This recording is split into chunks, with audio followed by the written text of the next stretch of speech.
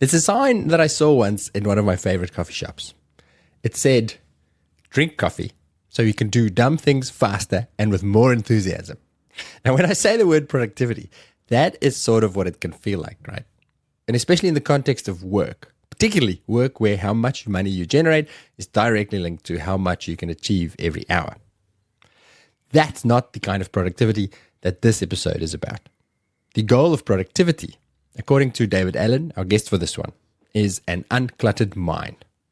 If that sounds good to your oh-so-frazzled mind, I hear you. This one is for you and for me. I'm Hubert Hemstra, and you are listening to The Vet Vault, where we learn from the best minds in the world about life and work and make it our very own, specifically for the vet profession. And in this episode, we are talking productivity.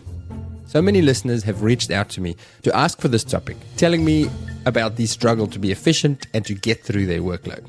And we are very spoiled to have one of the most well-respected productivity experts in the world as our guest for this episode. David Allen is the creator of the Getting Things Done, or GTD, methodology, and founder of a global training and consulting organization dedicated to helping people bring clarity and productivity to their work and lives. His seminal book, Getting Things Done, The Art of Stress-Free Productivity, has sold over 1.6 million copies and is often called the Bible of business and personal productivity. David has been recognized by Forbes as one of the top 5 executive coaches in the United States, and he has inspired millions to rethink how they approach focus and workflow. In this conversation, we figure out how the GTD principles can be adopted for the demands of clinical veterinary work. We discuss how veterinarians can achieve clarity and presence despite constant interruptions, shifting priorities, and heavy caseloads. The conversation also covers strategies for being productive as a team, including structuring hospital rounds and building practical capture and reflection habits in a fast-paced clinical environment. I personally took a lot from this one and will be revisiting it often. I hope you do too. So let's get into it.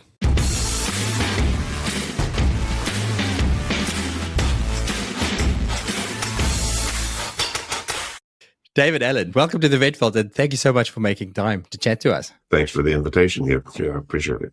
As a longtime fan of your work, from a personal productivity perspective, I'm absolutely honored and flattered to have you on here. I know your work from the perspective of what I do with the Vet Vault. So I've got a million things that I need to achieve, and I have long-term projects, and your Getting Things Done framework helps a lot with that. But for this one, I want to focus more on the very specific veterinary scenario, which I feel is more of a condensed time frame. We need to achieve things, but it's in a one shift period of time versus I have 3 months to finish this project or something like that. So does that sound sensible? Do you think we could tackle that? Sure, give it a shot. But before we dive into the strategies and the getting things done tips and tricks, I want to start with, can you talk to me about mind like water? What does that mean? Why do you talk about mind like water? I stole that I studied the martial arts. I got a black belt in karate back in my 20s. Wow. And mind like water was a phrase that Bruce Lee's sensei used. And he said, Bruce, you need to be like water. It needs to be flexible, it's powerful, but calm when needed. So I use the idea basically of sort of being present. The mindfulness people these days focus on your breathing, become present, so that you give full attention to whatever has your attention. So I use the mind like water as just a metaphor really for having a clear head, not being distracted, so that you're present with whatever it is that you're doing.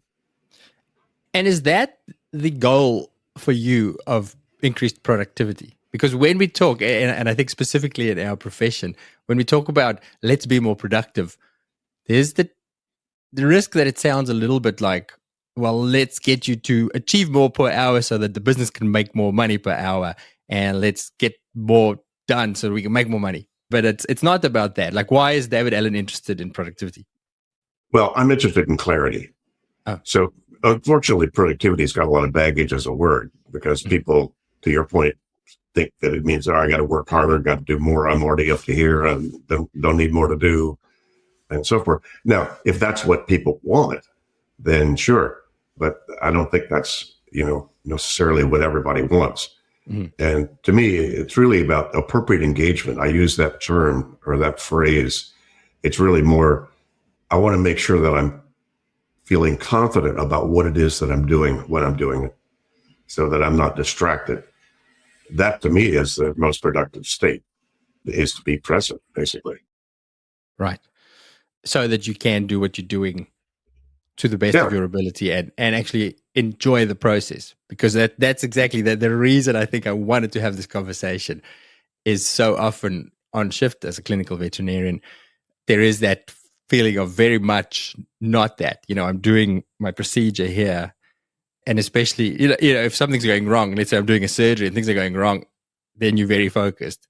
But for the rest of the day, if you're doing one thing, you're doing a dental, but your head's already with, I've got to phone Mrs. Jones about this blood results, and I still need to do this. And it's a low level anxiety in here. The feet are paddling all the time. And is that what we're trying to avoid? Right. We want to get to a place of mind like water, of saying, well, let's focus and be present. Yeah. Well, what you don't want to do is over or under react. And that's really more the sort of water idea. Water is not confused about how to be. It's appropriate with its environment. That's, to me, what the end game here is to be appropriately engaged. If things pop into your head more than once, you're not appropriately engaged with them. That's not a judgment. That's just the truth.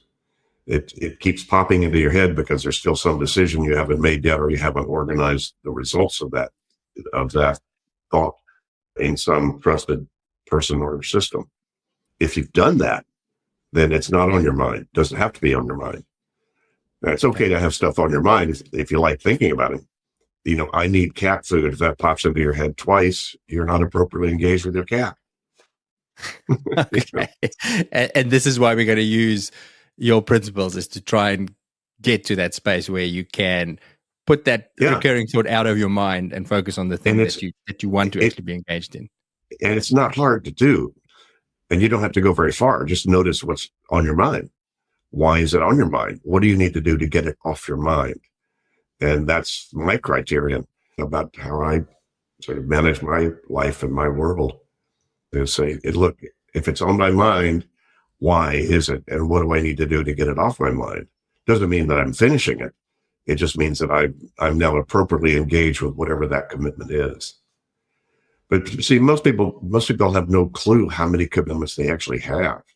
And that's what I've spent 45 years, my last 45 years of my career, spending thousands of hours with people, getting them to get clear about what their commitments with themselves are. And most people don't have a clue. I'm excited to learn more, because even listening to that, I go, yeah, that's me. I know I've got a lot to do, but I'm not sure exactly how much. And that's after reading your book. So I need to. So let me outline the problem. Our listeners will be familiar with what I'm going to say, but just to put you in the picture of the average day of the average veterinarian, I'd say most of my listeners are probably small animals, so dogs and cats, private practitioners. We definitely will have some cow vets and horse vets, but I think the same sort of thing applies. Your average day is you walk into the clinic. This is not counting emergency where I work. I work in emergency, and every day is different. So there's no expectation of I'm going to have a structure and a plan. You kind of just have to deal with stuff that comes your way. But in private practice, you'll walk in the morning, and there's a plan for the day. There's an outline of a plan. Like, you have your appointment list on your practice management software. You'll know I've got 15 appointments scheduled throughout the day. 20 minutes, maybe half an hour appointments. And somewhere in there will probably be a block for procedures, so surgeries and x-rays and all that sort of jazz. And then there's a bunch of admin that needs to be done in between. Phone Mrs. this, phone lab results, do that, do this, all these little tasks in between. If you're in a good practice, there'll be a time block for that. Not always the case. Sometimes it's a little bit of, well, get those things done whenever you can, possibly, likely in your lunch break, what was meant to be your lunch break. But the challenge that I find, and it's like, I feel like, and I don't want to recap your entire book and the whole system. Anybody who hasn't read it, really do look into the getting things done systems. But when we have that fixed plan for the day, I feel like you can apply the principles, which we'll go through a couple to some extent. But the thing that gets in the way a little bit is the extra things that come your way. You're like, okay, I have a plan. I'm going to do this. 10 o'clock, I'm going to start that space surgery. And then an emergency rushes through the door, or the receptionist comes and tells you, oh, Miss Jones is really upset because you never called her about the blood results yesterday, or little things popping up all day, which can, I think I wrote down a quote that you said somewhere about, even when you get your ducks in a row, they tend to go off on their own way again at some point during the day.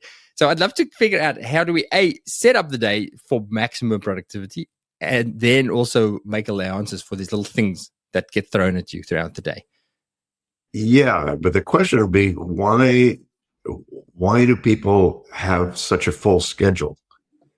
Is that because they need the money? For what reason? They're not giving themselves plenty of breathing room, like between their appointments. So that, David, is an excellent question that I think many employed veterinarians will ask that question.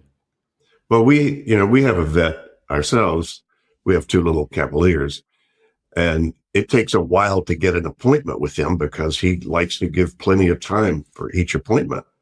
So, it takes several weeks sometimes for us to get an appointment for, regular checkups and so forth. There's not like emergencies. So, the question would be, okay, why are you wall to wall in terms of your practice? Yep. So I can give you the answer of my opinion on the answer, but it sounds like your first answer to my original question is if you can at all have good systems in place so that there is a little bit of leeway, a little bit of flex in the system. Did I get that right? And that's a managerial issue. Yeah, that would be my first thing to address if I was dealing with somebody who had that kind of a practice. Mm-hmm. I'd say, why? And that's okay if you need to stay busy and want to be as busy as you can be, but then you're going to have to pay the piper, spend admin time on the weekend or whatever, if you don't have room to be able to kind of build that stuff in. Hey, in about 1 minute's time, David is going to tell you how to get better at dealing with interruptions and staying on task. But first, I'm going to interrupt you. I just wanted to give you an update on 2 things that's happening in the vet world that I'm really excited about. First of all, Vets on Tour and our New Zealand Snow Conference from 10 to 15th August 2025. I've partnered with a little company called Vets on Tour who hosts continuing education in spectacular places in the world. And for this year, we are heading to Wanaka in New Zealand from the 10th to 15th of August, where we will be hosting some top-notch continuing education. Definitely some live podcasting, but also with some long gaps for exploring and skiing and fishing or just chilling in one of the world's most spectacular locations you can imagine. We can only take 80 people in total, and we're currently selling our early bird tickets. When I checked a second ago, we had 7 early birds tickets left. Those tickets will save you 20% on our standard ticket pricing, so don't snooze on this. Oh, and our early bird pricing, and also definitely the Wednesday night fancy dress social event / party, is made possible by the support of our 2 key sponsors, IDEX and Hill's Pet Nutrition. The second thing I want to tell you about is quizzes. A lot of people ask me about our clinical podcast. Do they count for continuing education or CE points? The short answer is yes, regardless of what you do with them. Listening to them in most places, most countries, most states will give you some continuing education points. But in a lot of places, if you do a quiz, it's considered as assessed continuing education and you get more points. So what we've been doing is we've been adding quizzes to all of the podcasts. We have done all of the medicine episodes and almost all of the surgery episodes, and the ECC episodes are going to be next. So once you've listened to an episode, you can go onto Mighty, where we keep the show notes, open up the space for that episode, and there should be a link for a quiz. And once you pass, you'll get an automatic certificate that shows how much time you've listened for and that you've successfully completed a quiz. Here's a little insider tip. The answers to the quizzes are all in the show notes associated with that episode. Go and check that out. It's out there. It's useful. And I think the easiest way to get your CE points for the year. All right, back to David and more productivity. Now, obviously, one can be as efficient as possible in terms of dealing with all that stuff. And I think one of the criterion about how well you do my methodology is how easily can you deal with surprise. Like, is that a skill that you can develop? Because you're right, regardless, in defense of practice owners, regardless how well you structure the day, it can still fall apart. And then the staff, the team on the floor, you have to deal with it. So sometimes you have a perfect schedule planned and 3 emergencies walk in at the same time. And suddenly you have your to-do list is just ballooned into something massive and you've got to get through it. Yeah. I forget what the statistics are, but many years ago, I was reading that at least 40% of your day you can't expect.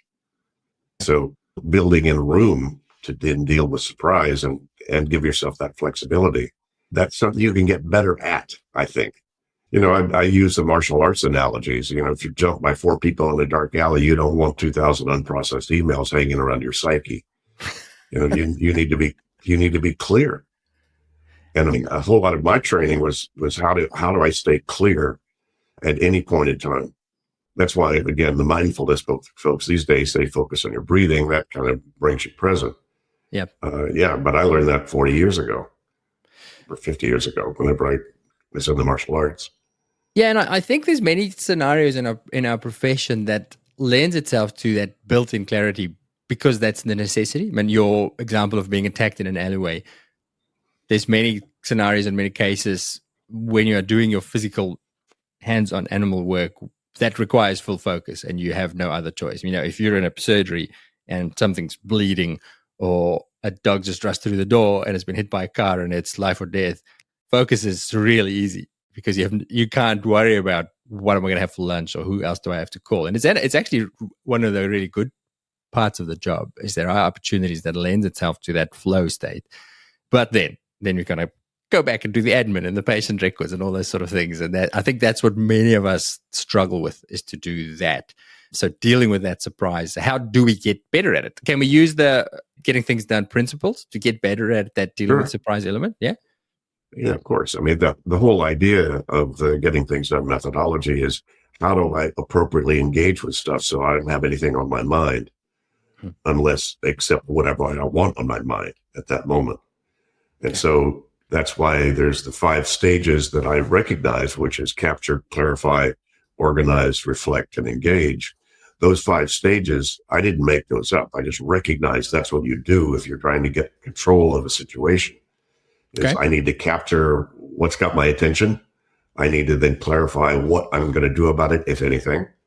I then need to organize the results of that thinking in some sort of way. If I can't finish the thing when I'm thinking of it, I need some reminder of whatever it is that I need to be reminded about in some sort of system that's organized.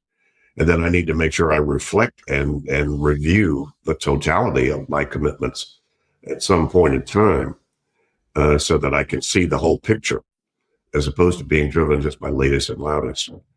And so being able to see the whole picture, that's the reflect process. And I don't know how often a vet would need to do that, but, you know, obviously anybody who just looks at their calendar is already doing a version of that. Yep. Okay, look, here's what's coming up. Here's what's coming toward me. And that's just, you know, sort of lifting up and looking around and sort of locating yourself in space and time. That's the reflect process. So that then when you engage, which is step 5, which is then where do I put my attention and my activity in some trusted way? So that I trust what I'm doing and I'm coming out of confidence, not out of hope in terms of this is what I think I should be doing. So that's kind of it. It's advanced common sense in a way. Yeah. Methodology is not like some new foreign language or some new, you know, technology. It's pretty much, look, it's got my attention. I need to write it down somewhere. I need to then decide sooner than later what I'm going to do about it, if anything. And then that clarify step is an important one because that's a lot of people make lists and have all kinds of lists, but most lists that I've seen are incomplete lists of still unclear stuff. And the lists themselves can then create as much stress as they might have relieved to begin with, because you're looking at something and you see things on your list called mom or bank or God knows whatever else is on people's lists. But that means they haven't finished thinking about what about mom? Why, yeah, you probably had one, but why is it on the list? Oh, her birthday's coming. Well, what are you going to do about mom's birthday? Oh, God, I don't know. Yeah, right. So you haven't finished your thinking about whatever is on those lists. So finishing your thinking, and I sort of scratched my head over all these years why it was so difficult for people to think the 2 things that you need to clarify are the desired outcome, what you're trying to accomplish, and what the action step you need to take to move the needle on it. So outcome and action are the zeros and ones of productivity, basically. You know, what are you trying to, this is done when what's true. And what does doing look like, or where does it happen? And those actually require 2 different parts of your brain. The action part comes from sort of the limbic part of your brain, which is the activity part.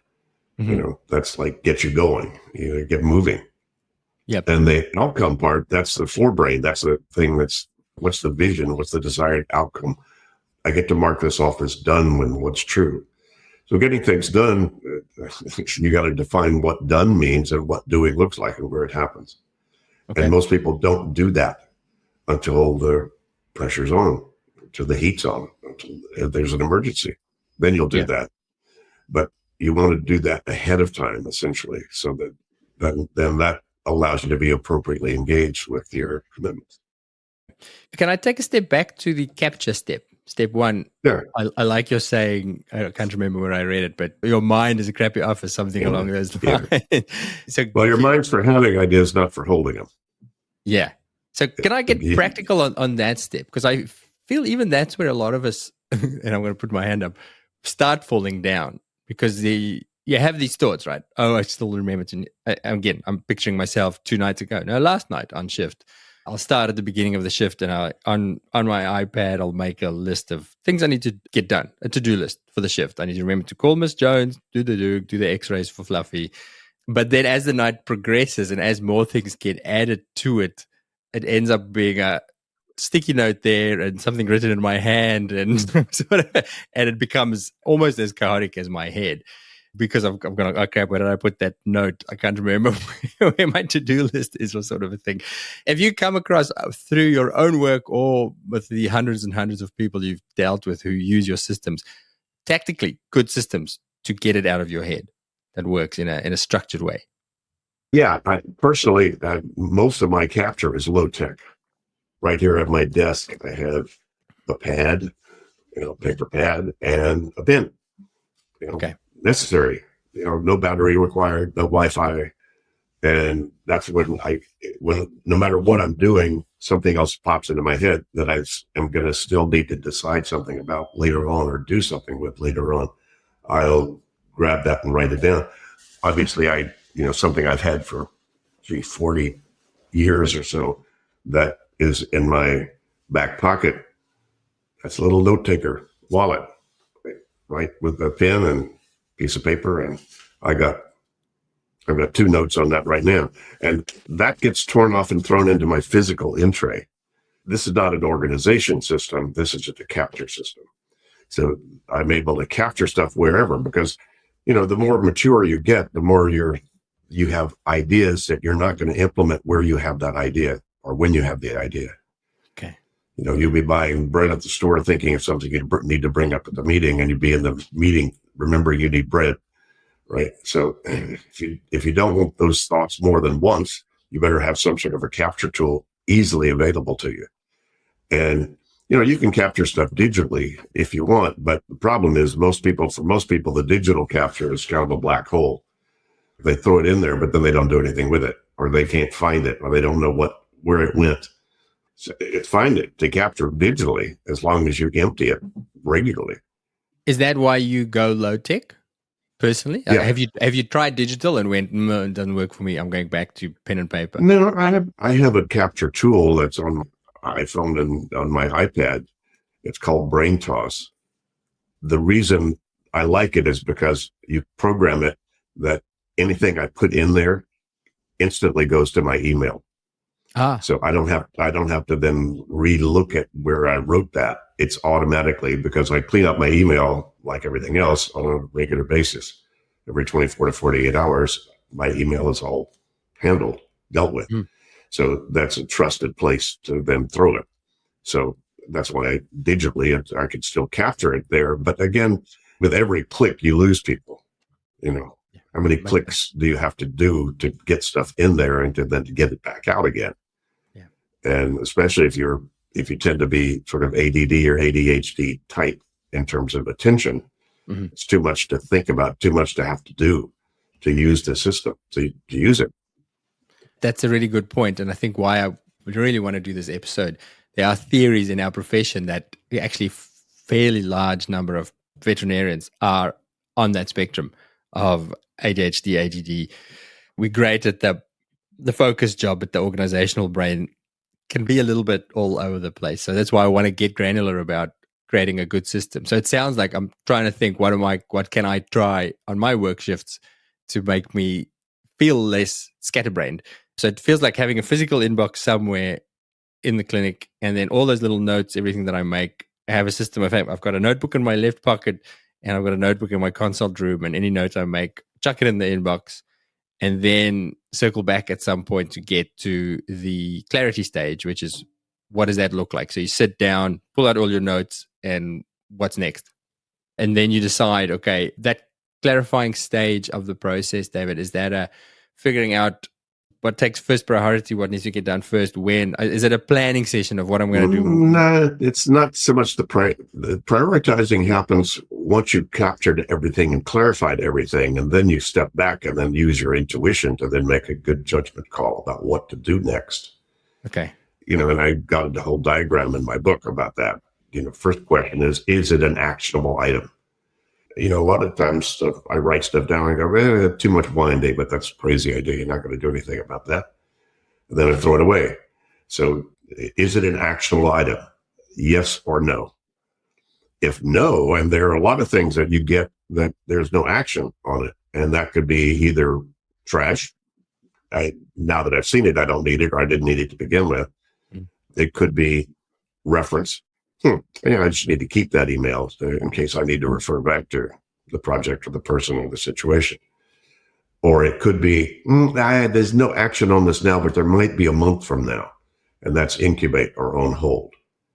Yep. So kind of a someday maybe list, or a parking lot or something where let me just park that and then review that again in a week or 2 weeks or a month or whenever I might need to review it again to see if I'm ready to move on it or can. So trash, incubate, or reference, or non-actionable things. And we get a lot of those. But then if it is actionable, then it's like, okay, what's the very next action I would need to take to move the needle on this? And that needs to get very, very specific. Is that an email to send, a website to surf, something to buy at the store, something to talk to somebody about? What's the specific action that needs to be taken? And if one action won't complete whatever this is, what's the project? Okay. That's where you get the outcome and action thinking. That's what that's the key essence of clarification.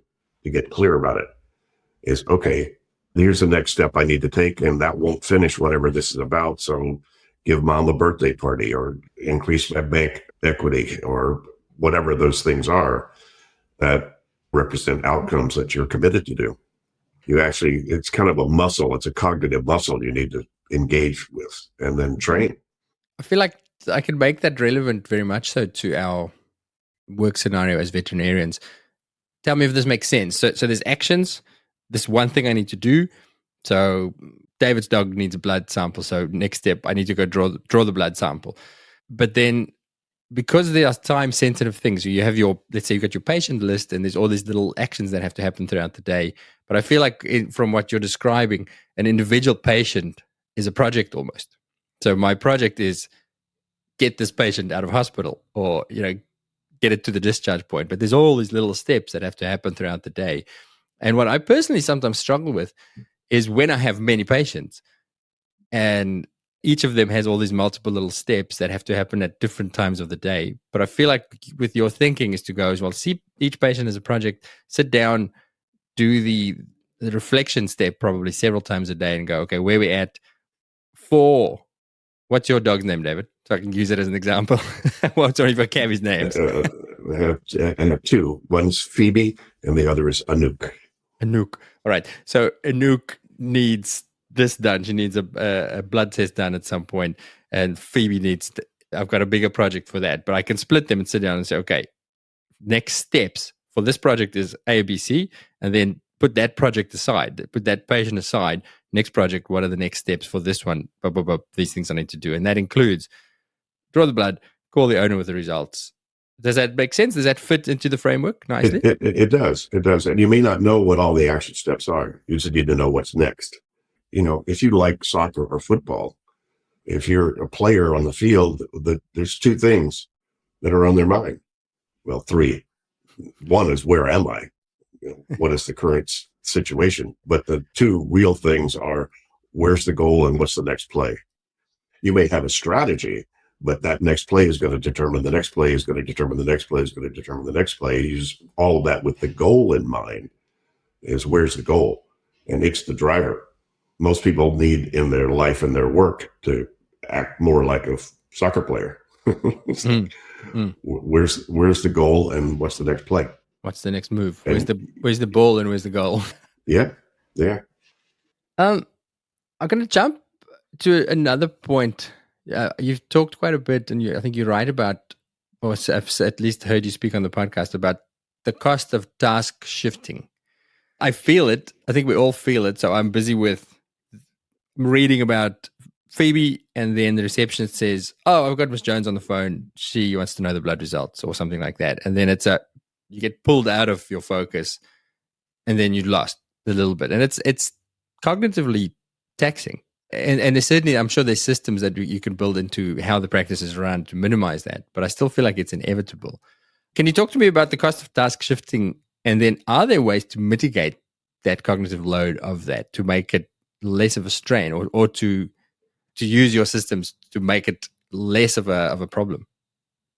I'm not sure I have a really good answer for that. I think Microsoft or somebody was doing some research years ago that if you get interrupted, it takes you 20 minutes to get back to whatever it was that you got interrupted by. But trust me, if 4 people jump you in a dark alley, you're not going to wait 20 minutes to decide what the next move is. Yep. You have to move and then move and then move and then move and then stay clear while you're moving. So it doesn't take long to shift your focus. You just need to make sure that you don't leave any open loops hanging out there. Okay. That's the critical element. That's why writing stuff down or having something right with you so you can keep track of that, the stuff that has your attention. Critical for me anyway. So not leaving open loops, meaning whatever interruption comes your way, put it aside for a couple of seconds and say, well, let me get to a point where I can mentally at least, but maybe physically draw a line and say, okay, that's where I left off. Bookmark, maybe make yourself a note or a reminder to say, you were there with this task shift, so that when you come back, you're not, oh crap, I can't remember where I was. I don't remember what I was doing. And as you say, that can very well take you minutes at least to get back into the flow of things. That's why my physical in basket is right in front of me right now. If somebody came in, if somebody, I got interrupted doing something, whatever I'm working on, I'll throw in my in basket. Then they can deal with whatever the interruption is or whatever. Then I come back and I go, oh, that's right. That's that thing that I need to then pick up again. Okay. So that's my having physical notes and a physical in tray is really quite helpful in terms of if you're getting a lot of interruptions or you're getting a lot of things you don't expect, so that you don't let stuff lie around somewhere.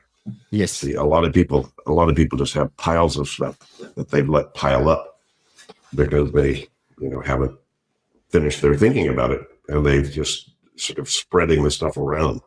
In most people's homes, the in tray in a lot of people's homes is the first flat surface inside their door. Right? My laughter is not at other people. It is 100% at our house. Right. And so the first flat surface inside the door, and sometimes it morphs over onto the dining room table, and sometimes it's under the kitchen counter, and God knows where the stuff is that's spread around. There are bills to pay. There's junk mail. There's a letter you need to respond to. God, people have all kinds of stuff like that they just spread around. And then that just creates this sort of ambient anxiety about, God, there's probably stuff in there that I should do something about, or I need to do something, deal with, or make some decision about it. And so, again, that's people avoiding the clarify and organize step. The organize. Just spreading stuff around. Yeah, I'm just looking at my notes that I made for this conversation, and I wrote down you said or wrote somewhere that says, you are disorganized if you need something somewhere that you don't have, or have something somewhere that you don't need. If you have a phone and discretionary time and you want to be productive, you need to have easily viewable and a complete list of every single phone call you need to make. Otherwise, you don't have the information you need in the format you need to remind you of what you've agreed with yourself. You need to be reminded of. Anybody who struggles with this will listen to that and go, okay, yes, that's the problem. Because you sit down to do something, you're like, oh, where is this thing that I need? Whether it's a phone number or a piece of equipment or something that you need your job for. Right. Yeah. Well said. So where do we go with this next? I'm loving the idea of a physical inbox. I feel if nothing else, I'm going to try that at work. I feel like that could solve a lot of problems. Now, I'm disorganized in my head. Suddenly, and by the way, you need to train everybody around you that you work with or that you deal with, that they can drop stuff into your in tray as opposed to interrupt you. And they can write a note. Now, then they have to trust that you're going to then deal with the note in your in basket. If they see that you're not dealing with it, then they're going to have to again interrupt you again, get your attention. You mentioned the others there, and I think that's a big factor because we don't work in isolation. Most of us, you're part of a team, many people having to do many different tasks, which I realized this week in reading up about you again, that you published or co-published at least a book last year on teams, on getting things done with others. Yes? Correct. How do you make that happen? Because it is a little bit like that. If you can be as organized as you want, but if the business structure or the rest of the team is chaotic, it can be very hard. How do we get better at this as a team? Have you got any highlight takeaways from the new book? Well, the new book is really a whole manual that all the best practices of the mechanics of how a team works together. It's not, the hard stuff like vision and relationships and stuff like that. We don't really address that. But what we address are essentially the mechanics of how a team works together. In other words, how late do meetings start? And do you end the meeting without clarifying what's the next action and what we decide and who's handling it? And so these are just the mechanics, essentially. So you could have a team of brilliant soccer players, but if they don't know how to work together as a team, they lose. Mm. The same principles apply. If I walked into your team, I go, what's got the team's attention right now? In the clinic, what's got the clinic's attention right now? Mm-hmm. That's the first thing we're going to do is define what's got the team, because that just means that the team is not yet appropriately engaged with it, whatever that is. There's some decision that still needs to be made or some organization that still needs to happen. That's why it has the team's attention. So you should need to then make sure that the team has a good organization and clarification, and then has a good reflection process. How often does the team need to get together and take a look at what's going on with the clinic? What's going on, and how are we doing, and what do we need to do differently, et cetera. Every team is very different. That's why I haven't designed really a training around it, because the fact that you're a team means you're already doing something right, because team just means there's some sort of a agreed upon purpose. That's why it's a team. But oftentimes that purpose is unclear. When you talk about these things, and specifically that process of reflecting and, as you say, deciding what are we paying attention to, that's rounds in a veterinary practice, and I'm sure in medical practices, it's basically structured periods of reflection of saying, okay, where we're at, what's the next step? Can we review that reflect step as an individual, and then can we see if we can apply that to rounds? How can we use these principles, or how you describe an effective way of reflecting your task list or your to-do list or project list to make team rounds more effective or efficient? Well, first of all, somebody needs to own the team, because then that person would then need to decide how often do we need to do some sort of reflection process in terms of the status of all of our projects and all of our situations right now. I know there are some teams that have stand-up meetings every morning in the factory. Mm-hmm. Here's what's changed. Here's what's new. Here's something we all need to be aware of. And sometimes reviewing your strategy may need to do that monthly or quarterly, in terms of how you're doing. So a lot of it depends on who owns the team, and then what did they think? What's the recursion that they think the team needs to have in terms of the reflection process, so that they're comfortable about what they're doing and what they're not doing. So is this like a floor manager or some sort of a team leader, or is it just somebody needs to be allocated to say, you're in charge of hospital rounds? Yeah, exactly. Okay. All the above, or any of the above. Any of the above. So somebody says, okay, And again, it feels like a shift day, and I keep drifting towards emergency where there's a lot of new stuff happening. Like your day at 10 in the morning is very different to your day at 2 in the afternoon because so many new things have happened. So that reflection Right. process almost has to happen several times a day, not just a morning meeting. It's like 3 or 4 times a day. For example, where I work, we do handover at changeover every shift to say, well, let's reflect. That's basically what our rounds are. It's a reflection session to Right. say, well, here's the tasks. So are there key elements to that reflection process beyond somebody has to own it? And it's actually, that's insightful to say, well, somebody has to be in charge of rounds. I don't see that. That's actually something to consider. But in terms of how it's run structurally, are there key elements that will make it more likely to have a good outcome, or is it really just let's go through this together? No, you just need to make sure that you can see what are all the open loops that the team is dealing with. What are all the projects? Then, what's the status of the different projects and the situations? Obviously, if there's a handoff, if you've got a shift that's coming, what does that shift need to know? I worked with an organization several years ago. They just started to implement total quality management, TQM. And so one shift, what they did was they set up a box in the factory floor, and people would put notes in there of stuff that they thought the next shift should be aware of. Mm-hmm. The problem was nobody ever looked at it. I was about to say, it sounds like a great idea, but who's going to look at the box? Yeah. Somebody has to be accountable for looking at the box. You mentioned open loops there, and you've talked about loops several times. What does a closed loop look like? That's not a done project. That's just, is a closed loop just, there's a plan. Here's where we're at, and this is the plan. As long as you trust the plan and you trust that the right person's going to be looking at the plan on some consistent basis, that could be a closed loop. Okay. An open loop is, there's this thing that's not done and nobody's quite sure what's next. Right. Which is a stressor, right? Behind patient care, that it is stressful to go, well, who's in charge of this? Right. Okay. Back to the Teams book. I haven't actually finished the whole book because I only realized a couple of days ago that you have a new book out. So I'm definitely going to dig into that one. But I read through some highlights, and a couple of the key points, I'll pull 2 out that stood out to me. The one is having specific roles within the team, knowing what's your job. But then I found it interesting that a few points later, the next point is flexibility.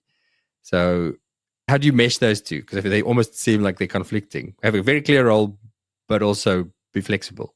Did I understand that right from my skim read? Or Yeah, no, that's right. Well, think about a soccer team. Uh-huh. They have to be highly flexible, but they're very clear about who's forward, who's got what role in terms of the team. So the flexibility really doesn't have anything to do with so much the role itself. The role oftentimes helps based upon the role that you have. You might need to then be highly flexible in terms of, how you're engaging with it. No, because the reason I ask is very specific. I've worked over the 25 years of my career in hospitals where specifically the nursing staff, or what in the US when they call them the technicians. I've worked in teams where they are the technicians, but they don't have a specific role. They're on shift and they are there to do whatever comes their way. And that has a suite of problems, because then it's sometimes a little bit of abdication of responsibility, saying, well, that wasn't really my job if something goes wrong or something doesn't get done. And then I've worked in hospitals where there's very defined roles. So you are the 2 p.m. hospital nurse, and you are the consulting nurse, and you the theater nurse. But the problem with that sometimes can be, sometimes that actually slows down the process, because there'll be a little bit of like, well, I'm hospital. That's not actually my role. That's not a finger pointing to individuals. It's just people are trying to stick to the system. But is that flexibility to say a little bit of both? Like, how do we find the middle ground in that system there? Right? That's very, very unique to the team. Yeah. It also comes back to standards. What are our standards of how we operate, and rules of engagement, essentially? And you could have flexibility as one of the standards that you have. But a lot of that is determined by paying attention to what went wrong. Why did it go wrong? How can we fix this? what can we do to make sure this doesn't happen again? What did we learn from this situation? So it's the debrief, it's really critical. Yeah, I suppose your metaphor for the soccer team is actually really apt, because you are very much a forward or a back, but it doesn't mean that if the back has an open shot at goal, that you're not going to take it. You're going to go, well, I'm a back, I'm not going to shoot it, or vice versa. If the forward's there and somebody's coming at goals, you're going to stop the ball, right? It's right there. Right. You know what your actual role is, but you're flexible. Right. David, that's really insightful. I was going to say we could talk for hours. That's why you have hours and hours of content and books and courses. So probably that's probably the main answer is, if somebody finds this interesting, is to engage with your work. So good question is where, two scenarios. Let's say on an individual basis, I want to get better at my individual productivity in and outside of work. Where's a good place to start with the Getting Things Done system? Well, the new edition of Getting Things Done, the book, would be the place to start. It's a manual for personal productivity. So it has all everything we've talked about here. It expands, tremendously in that book. Okay. And so would be where I start. Though, if you go to www.gettingthingsdone.com, that's our website. There's a lot of stuff there, and we have a free newsletter, comes regularly, and that has essays of mine. It has all kinds of good stuff in it. Also, you could go to gettingthingsdone.com/YouTube, and there's a whole lot of videos of me. I've done 3 TEDx talks. I've done all kinds of little short videos that people just want to snack on me and this methodology. There's places to go. And then from the team's perspective, obviously the answer there is the team's book. Great starting point. Yeah. But you said you don't have a course or anything at this point for the team's version of it. No, because every team is so different. And the team book is really a manual about all kinds of best practices, and not every team needs everything in there. Yeah. A lot of teams are doing things really well. My recommendation is that everybody on the team should read the book and then have the team get together and decide, hey, what did we learn from this? Yeah. What opportunities do we have to improve? Okay. Then we can't get away without our standard questions. I can't let you go without that. I was going to say the other good place to engage with David and his work is his podcast, the Getting Things Done podcast. That's where most of what I know about you is from there, beyond the book. Are you a podcast listener beyond producing one? And if not really. Okay. Then we have to default to books. A book recommendation, something you've read recently that's made an impact on you that you think makes a good read. I would highly recommend Rutger Bregman's book Humankind. It's a fabulous book. He's a brilliant historian and it's well researched. So I would highly recommend Humankind. And I don't know if you're familiar with Karen Pryor's work. She was the animal behavior modification person, trained dolphins, trained porpoises, trained all kinds of people and dogs. No. I think the title of the book is Reaching the Animal Mind. Fabulous book. Okay. She's brilliant. She died a couple of years ago, but her work, Karen Pryor, Pryor. Her first book was Don't Shoot the Dog. Basically. That one I know. Okay. I've heard of that title. I haven't read it, but I'm aware. Yeah. Okay. All right. Yeah. Very relevant to this audience for sure. Yeah. Then our last question is the pass along question, where I get a guest from a previous episode to ask a question for my next guest, not knowing who the guest is going to be, and vice versa. We pass it along like that. So the question that you ended up with is, what did you learn today? What have you learned today? And it doesn't have to mean from this conversation, sometime in your day. Although your day's only early. Your day's short, so I'll give you an allowance. You can include yesterday in your day. I think what I learned was actually reading Karen Pryor's book a lot about how fascinating stuff about behavior change and how a lot of it's operant conditioning, all coming out of Skinner's work, and all positive reinforcement, no punishment, in terms of correction. It's all positive reinforcement. So always good to be reminded about that for my two dogs. And is that animal specific, or is that applicable to humans as well? From what you read? Oh, it's applicable to everybody. But it has a lot to do with anybody, anything that you want to have happen. What's the behavior that you want to reinforce, basically? Yes. Yeah. All right. Question for my next guest from David Allen. What most has your attention? Oh, that's excellent. Yeah. Usually when you think about what has your attention, then I say, but what really has your attention? Because oftentimes people need to peel the onion back. Should I get married? Should I get divorced? Should we have kids? Should I give my daughter karate lessons? Like what really has your attention? That's a great question. And then what do you do with it once you get to the answer? Is that, again, a question of going through a process like this, saying, okay, so what do I do about it? It has my attention because it's obviously my subconscious is spending time on it. Can I resolve it? What's the desired outcome? Sometimes that's clarity. Sometimes it's resolution. Sometimes it's like, I need to figure this out. That's your desired outcome, is to have that figured out. And then it's like, okay, so what's your next action that you would need to take to figure that out? Now, of course, I'm absolutely itching to ask you what has your attention, but that's a cheat. I'm not allowed to ask the guest question to themselves. David, that was magnificent. Again, I encourage everybody to go through this stuff. I'm a big fan. It helps me. I have to confess where I fall flat with your process, because I've created all the lists. This is for my vet vault work, not for my clinical veterinary work. Is that reflect step?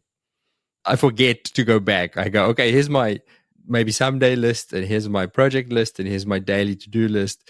And then the stuff that ends up in the maybe someday list or the longer term project list, that list gets neglected because life happens, and the day-to-day to-do list just gets filled with stuff, and I feel back. Is it just a habit? Is it just a question of getting into the habit of saying on Sundays at 10? Yeah. Well, the reason most people avoid fully implementing this is that you're willing to tolerate the ambient anxiety.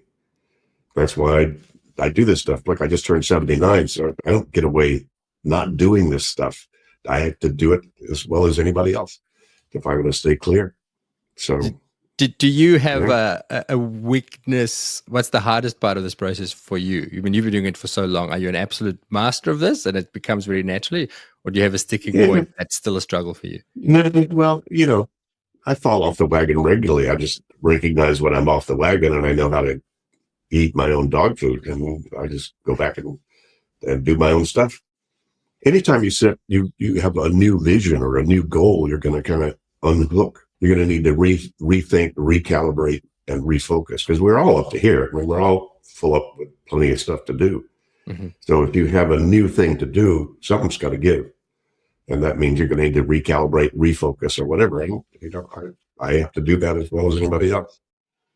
Which is why I so appreciate you making time for us, because I gave you an extra thing to do on your, what I'm sure is a very full to-do list, and you very graciously agreed. And I think it was super useful, and I think our audience will find this really valuable. I know it's a big problem. We did this topic because many people said to me, I struggle with this, and I think it's going to help. So thank you again for making the time, David. My pleasure, Iris.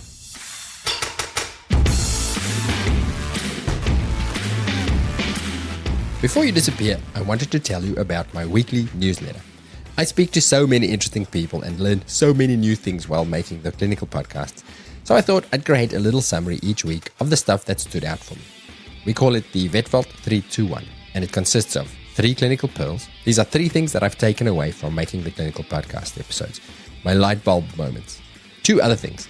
These could be quotes, links, movies, books, a podcast highlight, maybe even from my own podcast. Anything that I've come across outside of clinical vetting that I think that you might find interesting.